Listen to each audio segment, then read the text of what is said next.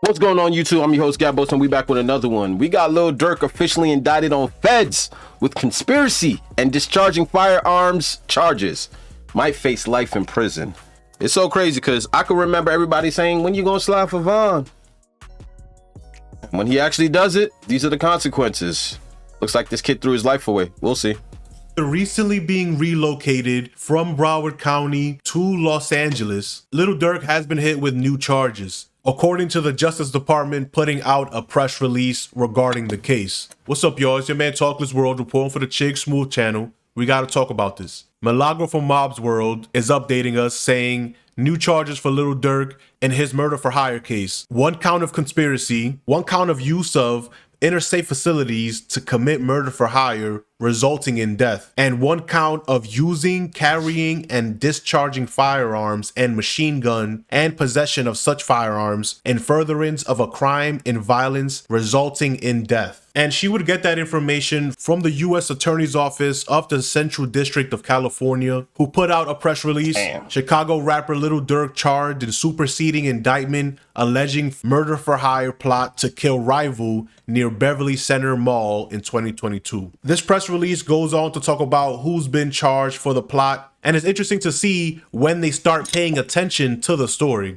According to the press release, a Grammy Award-winning Chicago rapper has been charged in a superseding federal grand jury indictment alleging he conspired with others to murder a rival rapper, resulting in the shooting death of the rival's relative that occurred at a gas station near the Beverly Center shopping mall in Los Angeles in August 2022. The Justice Department announced today. Durk Banks, 32, also known as Lil Durk, Blood, and Mustafa Abdul Malak of Chicago, is charged with what we just covered from Milagro. The indictment adds 2 felony charges against Banks, who previously was charged via criminal complaint in this case. The 4-count superseding indictment returned late Thursday adds Banks as the lead defendant to a previous indictment returned October 17th and charging the following defendants in connection with the August 2022 murder: Vonnie of Atlanta,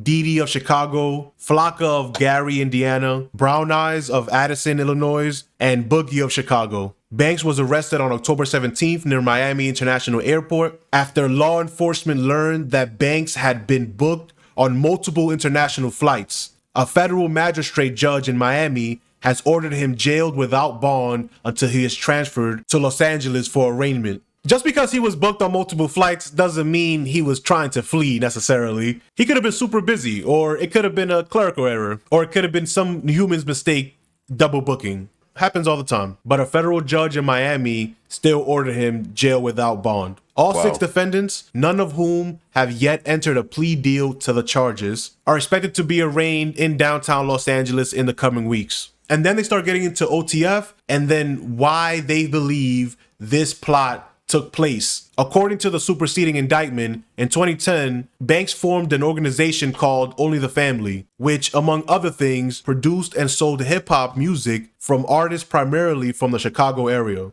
OTF also acted as an association in fact of individuals who engaged in violence, including murder and assault, at Banks' direction and to maintain their status in OTF. That last sentence is going to become super important as they fight this case, because the feds always swoop in and try to prove that people are committing crimes in furtherance of themselves in their group or the group themselves. Yeah. Like, the feds don't investigate every crime in every city. That's local PD. But when individuals start grouping up and then doing crimes, the same things they were doing before, whether it was selling this or And that is true. Like, the feds have notoriously been known for only going after the big fishes, and they're like, Rico's is right up the feds' alley. You know, that's how they're able to always, like, if they can't catch you directly, they'll group you into a Rico charge, where basically if they could prove that you created an organization that's creating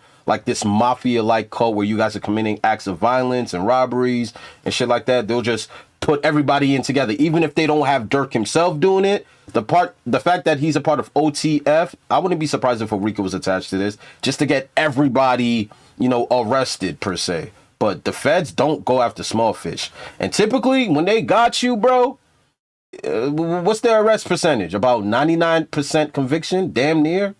So when the feds get you, it almost is like you're really guilty. Like, you know what I mean? 9 times out of 10, the best situation in Fed cases, even though we just watched Young Thug beat his RICO indictment. Well, not beat, he basically opted out and took a plea. But when the feds get you, bro, the best bet is to really take a plea or take it to trial. I don't see Durk taking a plea because the feds aren't going to go light on him. They're probably going to offer him 30, 40 years. You know what I'm saying? So he's going to really take this to court. Doing something else. The moment you start organizing that and start doing those same illegal activities in furtherance of the group to make sure the group is bigger, to make sure your group is known, to make sure you're known in the group, once that's happening, the feds are on their way. You don't have to call them. They know the address. They see you posting it every day on Instagram. They know what y'all called. They follow all of y'all already. They're just waiting for y'all to do something so public that it's time to stop everything. But if you start changing your life, then they wait until you try to leave, and then they hit you with the indictments. Because when someone dies, there's no time limits. So this press release, having the sentence, OTF also acted as an association in fact of individuals who engaged in violence, including murder and assault, at Banks's direction and to maintain their status in OTF. That's their claim of conspiracy. Doesn't make it true, that's just their claim. They continue, Banks feud with a victim identified in court documents as TB. And if you're asking who's TB, the feud stemmed from a November 6, 2020 murder in which an associate of TB shot and killed an OTF rapper named Davon Bennett, aka King Von. Bennett and Banks were close friends. So in response to Bennett's murder, Banks allegedly put a bounty on TB's life. So to the feds, this story started when King Von died. They didn't care about nothing that happened before that. According to the charges he's facing today, which is superseding, which means they can add charges whenever, they don't care about anything before King Von dying because, according to them, that created the motive of revenge. Now they'll get into what happened in California that brought them officially involved. On August 19, 2022, several OTF members and associates used 2 vehicles and worked in tandem to track, stalk, and attempt to murder TB for hours, culminating in a shooting at a gasoline station located near the Beverly Center shopping mall. They used multiple guns, including a machine gun, and fired at least 18 rounds at TB's vehicle, striking and killing a victim identified in court documents as SR, which was Little Pad, rest in peace, who was Quando Rondo's cousin who had been traveling with him. At that point, that's still local PD. People getting shot is local PD. But at that point, that's like, still local PD. To put things into perspective, bro, like, you know, innocent till proven guilty, right? But let's just say this is like retaliation for King Von, bro. You want to talk about fumbling your position, dog? I've never met, and rest in peace to the victim, obviously, but I've never met or heard of this dude a day in my life. And I'm almost certain he is now worth half of what you got going on in your career, with what you've accomplished in life, and to potentially fumble your position in hip hop, your position in life where, you know what I mean, you're doing so good financially. And then this nigga ain't even the target. You know what I mean? Like, you missed your target anyway. And to find yourself in a position where you fight in life in prison for this, didn't even hit your target. People getting shot is local PD.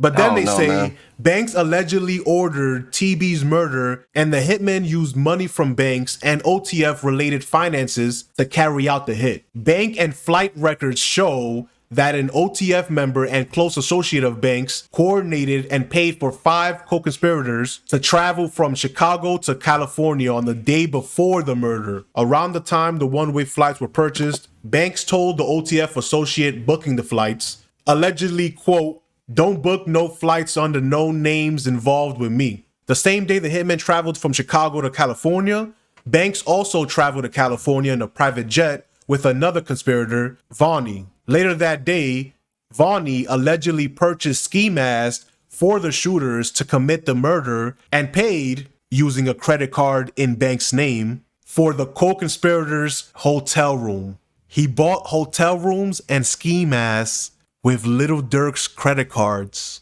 or OTF-related credit cards. Not little. Yo, that's how they fumbled this. Wow, and it's like it's one hell of a coincidence. You know what I mean?